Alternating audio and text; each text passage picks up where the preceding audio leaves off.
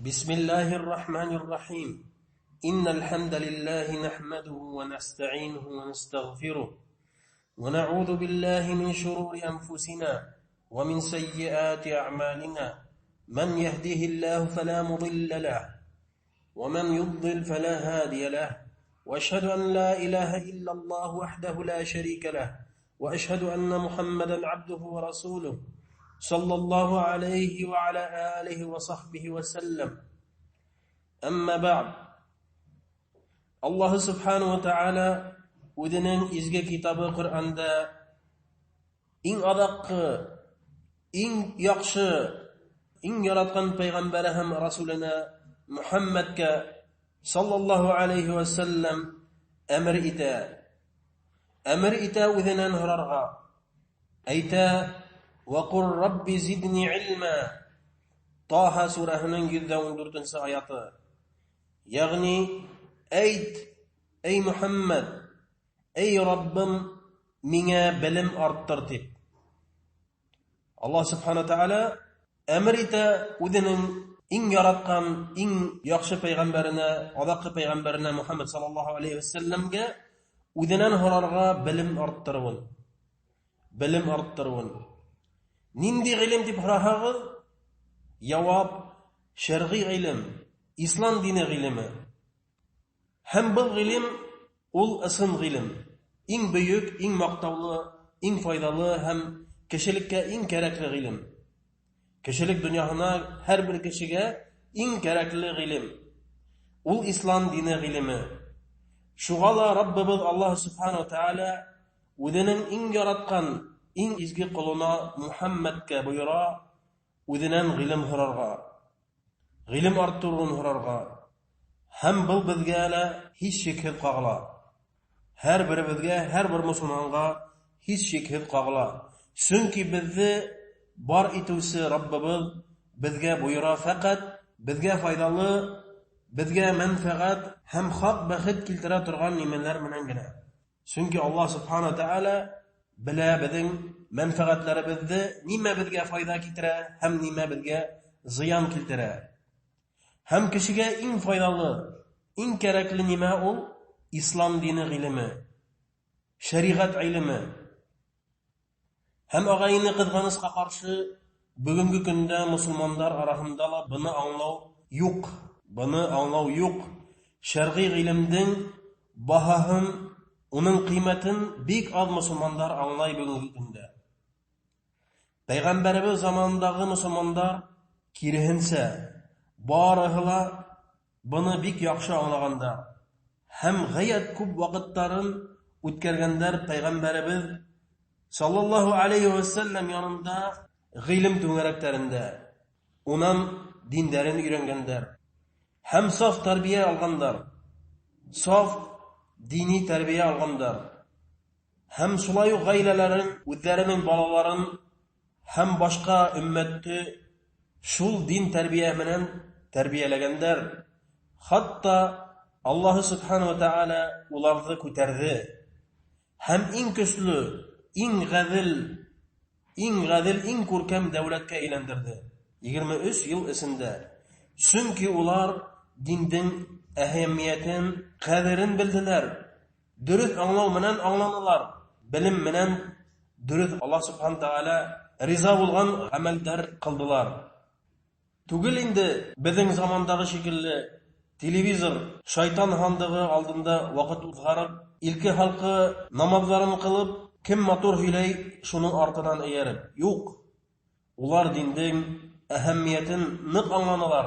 Robbilarining qudratini hem kamil sifatlarini niq bildilar.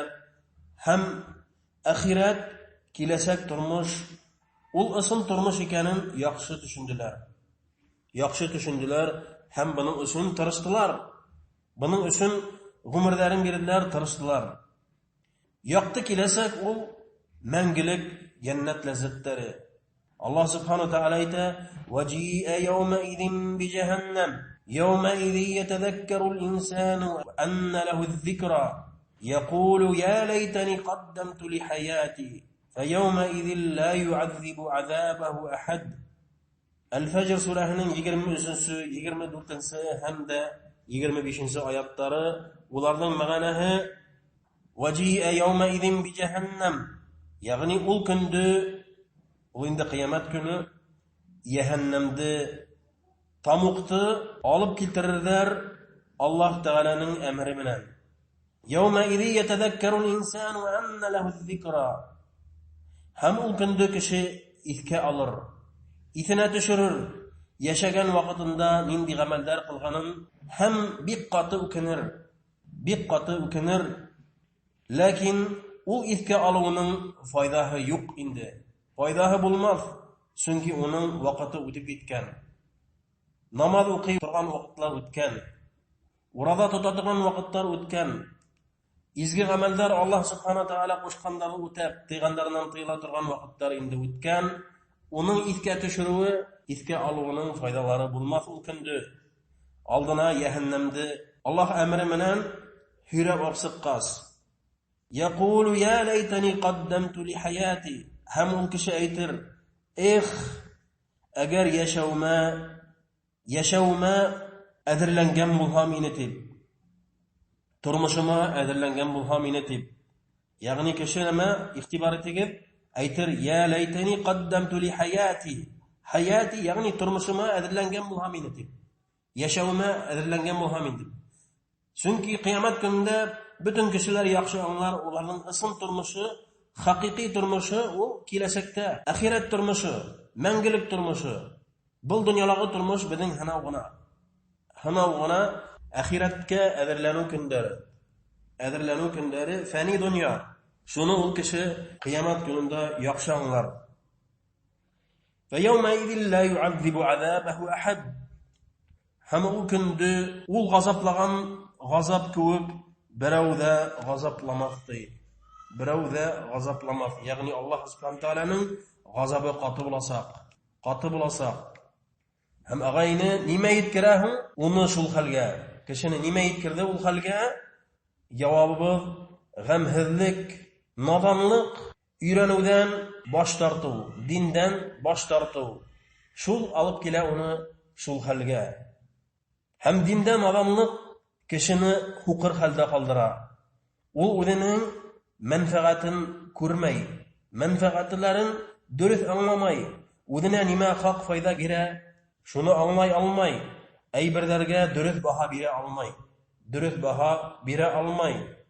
Dünyavi gamellerde profesör bulhala, akademik bulhala, ol dini ilim bilen terbiyelenmeha, dürüst dini ilim bilen terbiyelenmeha, gameller kılmaha, özünün menfaatlerin, hakiki menfaatlerin anlay almay ağayını. Allah subhanahu wa ta'ala ite وَقَالُوا لَوْ كُنَّ نَسْمَعُ أَوْ نَعْقِلُ مَا كُنَّ فِي أَصْحَابِ السَّعِيرِ Mulk surahında onun məğanəhi aytirlər Qiyamet günündə Cəhənnəmə toslanğan Cəhənnəm əhlləri aytirlər əgər də biz işitken bulhaq ixtibar edib işitken bulhaq aqlımızı işletken bulhaq ot əhlləri arasında bulmaz inekdir. Subhanallah. Ular anlarlar özlərinin aqılların hem közlərin, qulaqların, şul ağzaların dürüst orunda kullanmağanların. Yaşagan vaqtlarında dürüst orunda kullanmağanların. Əgər də ular aqılları bulha, məngili Cəhənnəm otısında bulmaqlar ini. Şunu ular Qiyamet günündə big yaxşı anlarlar. Elbette ulardan qulaqları işitken bula. Közləri big yaxşı görgen bula. Hem aqılları selamet bula. Aqılları selamet kamil bula. Bu dünyada. Lakin ular şul nimetlerdi Allah subhanahu taala ularga bergen nimetlerdi dürüst urununa kullanmaylar. Haktı anlar üçün, Allah'ın ayatlarını görür üçün, hem vaazlanır üçün, hem ayatların işitip ameller kılır üçün Allah subhanahu taala buyurur üçün kullanmaylar. Ular bu Allah bergen nimetlerdi, bir kaderli nimetlerdi kullandılar fakat aşap esip, ursip, oynap külür üstüne. Subhanallah. Allah yibergen Rasullerin, yibergen peygamberin inkar kıldılar. Ayatların bilim aludan baş tarttılar. Әйттеләр, безгә бұл кирәк түгел. Без ата-бабаларыбыздан ничек яшәгән, шулай яшәясәк без. Кешеләр ничек яшәй, шулай яшәясәк без дигәннәр. Акылларын дөрес итеп эшләтергә, уйланырга баш тарталар. Аллаһ хаклаһын безне, агайны, ундый адашулар. Һәм бұл күпселек халыкларның хәле. Аллаһ Субхану Тааля безгә Коръәндә күп урыннарында хәбәр итә, күпселек кеше адашуда буласак. Адашу хәлендә буласак, шул хәлдә буласак. Һәм күпселек кеше яһәннәмдә буласак. Хатта ислам динен кабул иткән мусламандар арасында ла гамһезлек бик күп, бик көчле. Улар берәһелә гыйлем алырга ашыкмайдар. Һис ашыкмайдар. Намаз укыйм, миңа шул җитте дип. Кустым, гыйлем алайык, агайны гыйлем алайык, өйрәнәйек, динебезне ныклы өйрәнәйек, ныклап тотынайык. Динебезне таратайык, балларыбызны, гаиләләребезне, кабиләләребезне, рудаштарыбызны дингә чакырайык, хакыйкый дин тәрбияһе белән тәрбияләйек дигән, алар гамһезлектә йөри бирәләр. Бұл дөрес түгел әлбәттә. Аллаһ Субхану Тааля бұл Коръәнне кемгә индергән, кем өчен индергән? Һәм Пәйгамбәрбез саллаллаһу алейхи ва сәлләмнең сөннәтен кем өчен ибәргән? Аллаһ Субхану Тааля әйтә: "Кад анзалаллаһу илейкум зикра, расулан ятлу алейкум аятиллаһи мубаййинат, лiyukhrijakum minadh-dhulumati ila-n-nur." Ягъни бына Аллаһ Тааля һезгә искәртү индерде. Ягъни Коръәнне һәм үзенең пәйгамбәрен ибәрде. Ул һезгә уның асык аятларын укый. Һезне караңгылыктан, игътибар итегез, караңгылыктан, наданлыктан яктылыкка чыгарыр өчен ди. Якты дөрес юлга чыгарыр өчен ди. Кем өчен ибәргән пәйгамбәр? Әлбәттә безнең өчен. Һинең өчен һәм минең өчен ибәрелгән. Шуның өчен без уны өйрәнергә тырышырга тиешбез. Динебезне өйрәнергә тырышырга тиешбез, көч салырга тиешбез. Һәм гамһезлек ул гарәпсә гафләт дип атала. Ягъни ничек була ул? Бошмаслык, моңһызлык була. Быга инде мисал китерәбез тормыштан. Мәсәлән, аяусыз дошман кешенең өенә килеп иткән. Кешенең өенә килеп киткән. Балалары, хатындары, яраткан хатындары өйдә үзләре генә. Ә ул кеше һаман шуны белә торып, ситтә кайдалыр уйнап көлеп типтереп йөр. Ярар, үтеп китер әле. Дошманы өенә килеп иткән. Бына ул өенә керәсәк. Унда уның балалары, бәләкәй балалары, яраткан балалары, хатындары бар. Ә ул һаман типтереп, кайдыр ситтә йөри. Шу инде гамһезлек була, алйытлык була, акылһызлык була. Һәм инде белә торып, үзеңнең тиздән үләчәгеңне, кыямәт көне буласагын, унда я ут, я озмак булуын белә торып, әзерләнмәү шул көнгә был гамһезлектең, алйытлыктың сигенән ашу була. Сигенән ашу була. Һәм Аллаһ Субхану Тааля үзенең пәйгамбәрен Мөхәммәд саллаллаһу алейхи ва сәлләмне һәм алга тиклемге пәйгамбәрләрне ибәргән гыйлем менән һәм Пәйгамбәр саллаллаһу алейхи ва сәлләм уммәтен мәсҗидләрдә гыйлем менән тәрбияләй башлады. Һәм Аллаһ Субхану Тааля ибәрмәне үзенең пәйгамбәрдән акса менән, байлык менән, кәсеп өйрәтү менән, корал менән, юк әлбәттә, ибәрде белем менән, Коръән һәм сөннәт менән. Коръән һәм сөннәт гыйлеме менән ибәрде. Һәм кушты уга үзенең пәйгамбәренә саллаллаһу алейхи ва сәлләмгә һәм үзенең уммәтенә безгә хорарга, белемен арттырырга. Һәм ул белем физика, алгебра түгел, медицина түгел, ә дин гыйлеме. Дин гыйлеме иң бөек, иң файдалы гыйлем. Һәм укы Коръәнне баштан адакка тиклем. Тапмассың Аллаһтың уга башка нәмә арттыруын талап итүен. Башка нәмәне арттыруын талап итүен. Гыйлемдән башка. Аллаһ Тааля буйрауга: "Әйт Раббым, эй Раббым, белемемне арттыр" дип. Шуны буйра. Башка нимәне арттыруын талап итүен таба алмассың Коръәндә. Әйтмәне уга: "Әйт, эй Раббым, байлыгымны арттыр" дип. Көсемне арттыр дип. Ни өчен? Чөнки динни дөрес гыйлем, дөрес тәрбия алмаенса безгә байлыкта, малда, көстә, коралда, властта файда бирмәясәк. Бәлки зыян гына китерер. Бир Bizga boylik da әле. Bizim nadan musulmonlarga bir tav boylik, hozir bir-biri bilan ho'shib o'tashaklar. Shu boylik orqasida kim uga loyiqli, kim loyiqli tugil, nechik bularga shuning uchun hozir bir-biri bilan talashib o'tashaklar. Bir bulas hozir kim bulasqa loyiqliroq shuning uchun talashib o'tashaklar. Shulay tugilmi? Shulay. Chunki durud, diniy, sof tarbiya shuni olmayinsa bo'lmay. Shug'ala Alloh subhanahu va taolo agarda endi islom tarixini yaxshi bilhagi, sahabalarda, ya'ni payg'ambar sollallohu alayhi vasallam yonidagi bo'lgan eng birinchi musulmonlarni Rasuli Muhammad sollallohu alayhi vasallam asha tarbiyalani diniy tarbiya bilan eng boshda ilm bilan sabr etdilar. Kafirlarning idivinan, mutqil etivina sabr etdilar. Ilm oldilar. Allohga ibodat qildilar. Öğrendiler, o'zlarini öğrettiler. Allah'tan to'g'ri qullari bo'lirga. Boshlamanalar siyosatdan. Payg'ambar sollallohu alayhi vasallam boshlamani ayda siyosat o'rganaylik deb. Nisa getirib bulasni olirga. Ham shulay boshlamalar maddiy xalda ko'tarilgan. Ayda savdo o'rganaylik da, oqsa to'playlik da, shundan bulas olaylik deb. Dinni ko'taraylik deb. Yo'q. Ham boshlamalar hug'ishdan, ham boshqa nima. Boshlamalar nimadan? Dinde öğrenüden, dini terbiye alıdan.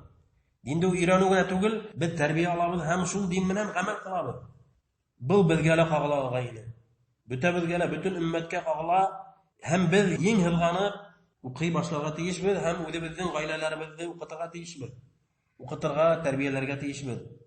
Muaviye İbni Abi Sufyan isimli sahabe'den gelgen hadisinde, Peygamber sallallahu aleyhi ve sellem ayta, "Men yuridillahu bihi hayran yufaqqihu fid-din." Mağanahi bu indi bu hadis Buxari hem Müslim'dekiler. Kimge Allah yaxşılık dilay, hayırlık dilay, şuğa dinde anlav birati. Dinde dürüst anlav bira, ilmin birati. Subhanallah. Men yuridillahu bihi hayran yufaqqihu fid-din. Dinde dürüst anlav birati. Şu hadisten bileminde kimge Allah subhanahu taala ısın hakiki yaxşılık dilayken, hayırlık dilayken, dinin öğrenirge muhabbet bira yüreğinde. Tilagim bira hem sebeplerin yengileyte. Akimge indi hayırlık dilemeyken, bilimden mahrum ite, anlav birmey, nagam keliş kaldıra. Şunun için de biz Rabbimizden faydalı ilim huraybız, dinimizde dürüst anlav huraybız, hem nadanlıktan, haqlavun, yıragaytuun utinabız.